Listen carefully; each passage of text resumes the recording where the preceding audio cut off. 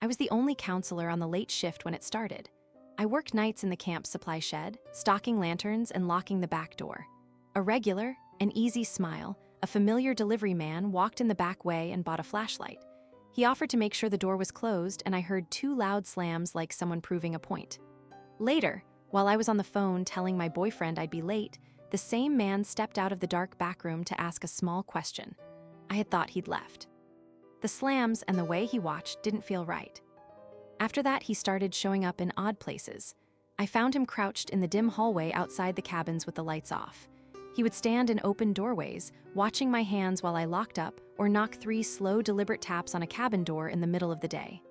Once he asked, quietly, "Do you hear them at night?" and walked away without explaining. He left little things by my bunk, wrapped candies, an old snapshot.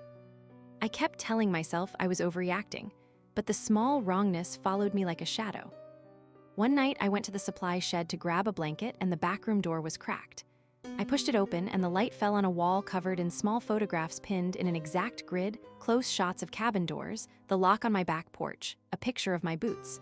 He was in the middle of them, humming like someone soothing a child. When he turned toward me, his eyes felt empty, like he'd been hollowed out. He stepped forward slow enough to count, close enough I could see the cheap strap of a bag at his side. I slammed the door, locked the shed, and called my boss and the police. When they led him away, he still hummed the same soft tune. They arrested him, checked him into the system, and we bolted every back door and put a bell on deliveries. For a while, the camp felt safer, but nothing erased the memory of the photos or the slow knocks. He was released on a technicality months later, and his name hung in the back of my throat like smoke.